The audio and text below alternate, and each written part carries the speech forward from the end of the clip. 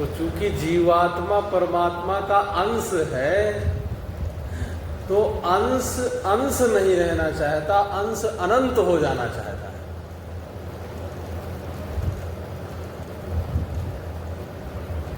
और कोई जरूरी नहीं है कि आप आध्यात्मिक हो, सब में ये प्रवृत्ति देखी जाती है। कैसे देखी जाती है?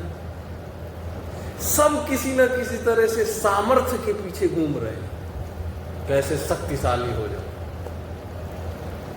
सब में ये प्रवृत्ति देखी जाती है, ज्ञानी में, अज्ञानी में, सब में। ज्ञानी अपने तरह से सामर्थ्य के पीछे है और अज्ञानी अपनी तरह से, सब अपनी अपनी तरह से बस शक्ति की खोज में है। कैसे जीवन सामर्थ्य से युक्त हो जाए। क्यों? क्योंकि सामर्थ्य ही समाधान कर पाता है। दो तरह के जीवन दिखेंगे इस संसार में। सामर्थ्यशाली लोग समस्याओं का समाधान करते हुए दिखेंगे और कमजोर लोग समस्याओं की शिकायत करते हुए दिखेंगे।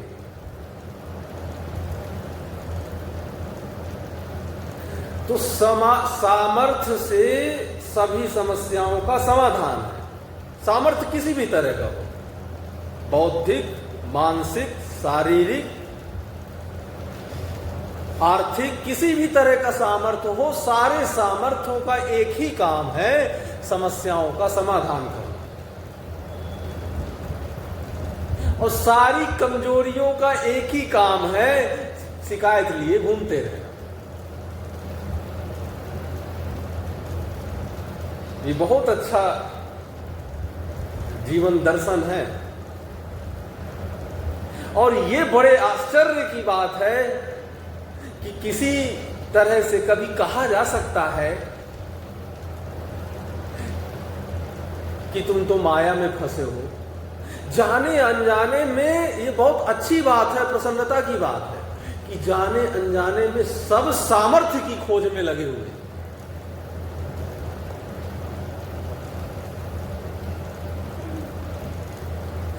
और जब खोज में लगे हुए हैं तो एक न एक दिन ये खोज पूरी होनी है। कितने दिन आदमी गलत रास्ता पकड़ेगा? एक न एक दिन सही सामर्थ्य का सही जो रास्ता है वो पकड़ में आ जाएगा, वो पकड़ में आ जाएगा।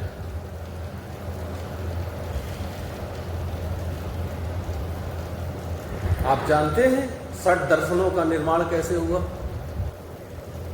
अपने जो वैदिक दर्शन है, षट दर्शन, और वैदिक दर्शन ही नहीं, दुनिया के जितने भी दर्शन हैं, चाहे ईसाइयों का हो, चाहे मुसलमानों का हो, चाहे बौद्धों का हो, चाहे जैनों का हो, चाहे पारसियों का हो, चाहे यहूदियों का हो, चाहे सिखों का हो, जितने भी दुनिया के दर्शन हैं, सभी दर्शनों की एकमात्र खोज है कि समाधान को उपलब्ध कैसे।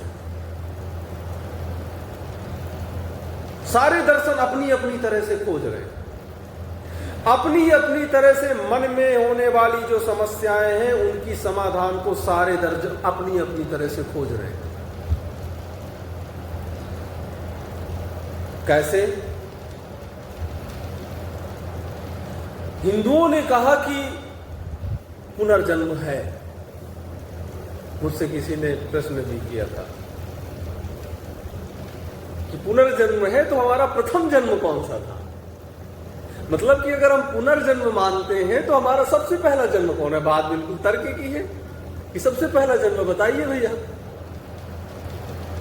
तो मैंने फिलॉसफी में सारी फिलॉसफी का है, मैं बता रहा हूं कि जहां जहां इनको प्रश्न का उत्तर नहीं दे देता है तो कह देते हैं अवाच्य है, अकथनीय है, कह नहीं सकते।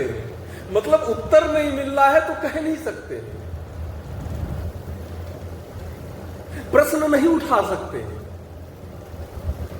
भाई गार्गी जनक की सभा में है, याज्ञवल्क्य से शास्त्रार्थ चल रहा है। और गार्गी का अंतिम प्रश्न होता है कि सब कुछ परमात्मा में टिका है, तो परमात्मा किसमें टिका है? तो याज्ञवल्क्य कहते हैं कि गार्गी तुम अति प्रश्न करती हो, तुम्हारा सिर धड़ से अलग हो जाएगा, अर्थात तुम्हारा अपमान कर दिया जाएगा। लेकिन प्रश्न तो बनता है कि भाई सब कुछ परमात्मा में टिका है, तो परमात्मा किसमें टिका है? प्रश्न तो प्रश्न होता है। तर्क तो अपनी तरह से चलेगा ना। तो जहां जहां जितने भी फिलोसफर्स हैं, उनको जब प्रश्न का उत्तर नहीं मिलता है, तब वो किस बात पे जाकर के बैठ जाते हैं? अवाच्य है, अकथनीय है, कह नहीं सकते। उसी तरह से अब चूंकि देखिए, हम पक्षपात तो नहीं कर सकते हैं कि मैं सनातन धर्म से हूं। पक्षपात करेंगे जब कोई सामाजिक बात होगी, लेकिन स्वयं में विचार तो करना पड़ेगा कि भाई ऐसे तो काम नहीं चल जाएगा। सब लोग अपनी अपनी कमजोरियां छिपा जाते हैं। अद्वैती अपनी तरह की कमजोरी छिपाएगा, द्वैती अपनी तरह की कमजोरी छिपाएगा, मूर्ति पूजक अपनी तरह की कमजोरियां छिपाएंगे और निराकार उपासक अपनी तरह की कमजोरियां छिपाएंगे। तो सारे दर्शनों का जो प्रयोजन है, सारा दार्शनिक जो चिंतन है, दार्शनिक चिंतन का मतलब है कि मन बड़ा उलझा हुआ है, मन बड़ा आसान है, उसको टॉफी पकड़ा दिया।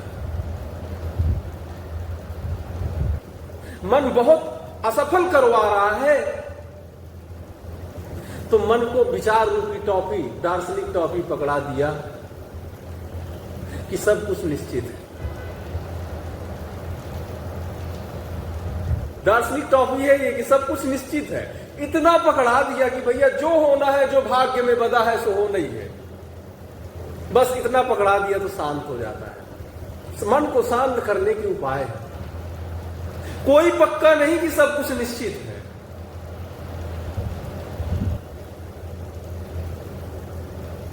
तो दर्शन की जितनी भी चिंतन धारा निकाली गई, वो सब मन की संस्कारित करने के लिए, मन को संतुलित करने के लिए। हिंदू जो अपनी तरफ खींचते हैं कि पुनर्जन्म है, वो ये है कि चलो इसी जन्म में व्यक्ति अधीर नहीं होता है, चलो इस जन्म में नहीं हुआ, अगली जन्म में कर लो, आशा में बना रहता है। सनातन जिन जिन ने पुनर्जन्म की मान्यता दी, उनका ये विचार रूपी ये टॉफी पकड़ी गई कि चलो ये जन्म में नहीं हो रहा, अगले जन्म में कर ले। एक सहारा, एक आशा बनी रहती है। जीवन बिल्कुल ही नहीं छूट जाता है कि अब नहीं हुआ तो सब नहीं हुआ, गया तो सब गया। एक आशा बनी रहती है कि गया है तो चलो अगले जन्म। अधैर्यता नहीं होती है, मन में संतुलन बना रहता है। और मुसलमानों में मानते हैं कि एक ही जन्म है, एक ही जन्म है। मुसलमान लोग दोबारा पैदा नहीं होते। आदम और हव्वा की जो औलाद है, अर्थात वो मानते हैं जो आदमी है, आदमी क्यों कहते हैं? आदम की औलाद है इसलिए आदमी। जैसे अपने यहां मनु और शत्रुपा है, वैसे ही उनके यहां आदम और हव्वा है। सब लोग अपनी अपनी फिलॉसफी बना के रख लिए और सब दृढ़ है उसमें कि नहीं यही सत्य है। जैनों का देखो अलग ही दर्शन मिलता है, उनका भी सब सृष्टि के आदि से, सबका सृष्टि के आदि से शुरू होता है। जैसे अपना सृष्टि की आदि मनु और शत्रुता से चालू होता है, तो उनका आदम और हव्वा से चालू होती है सृष्टि। तो आदम और हव्वा की औलाद है ये आदमी। तो ये जो आदमी है, ये आदमी एक ही जन्म में अपना निर्णय करता है कि मैं सर्वदा के लिए दोजख जाऊंगा कि जन्नत जाऊंगा। दोजख माने होता है नरक। तो उनकी मान्यता यह है कि इसी जन्म में ही सर्वदा का निर्णय हो जाना कि भैया अब हमेशा के लिए नरक में रह करके दुख भोगना है कि स्वर्ग में रह करके सुख भोगना है। बस एक ही जन्म से निर्णय। अब ये जो फिलॉसफी तैयार हुई, ये भी मन के निर्माण के लिए तैयार हुई कि मन में ये चीज यदि बैठ जाए, क्योंकि जो धार्मिक लोग, कुछ लोगों के चित्त में अपने परंपरा की चीजें बैठ जाती है कि भैया यही सत्य है जो इसने कह दिया। ये बिल्कुल अनकॉन्शियस माइंड में चले जाए और चेतन मन में चला जाए कि यार इसी जन्म में ये निर्णय होना है कि सर्वदा के लिए दुख, कि सर्वदा के लिए सुख, फिर जन्म नहीं। तो हो सकता है कि उसके जीवन में परिवर्तन घट जाए कि क्यों गड़बड़ करके सर्वदा के लिए दुखी हुआ जाए, क्योंकि मरने के बाद में फिर सर्वदा के लिए दोजख। और यदि अच्छे कर्म उनके अनुसार किए तो सर्वदा के लिए जन्नत। ये भी मन के निर्माण के लिए। और कुछ लोग हैं जो जन्म को ही नहीं मानते। 3 तरह के लोग हैं। एक जन्म मानते हैं, बार बार जन्म मानते हैं,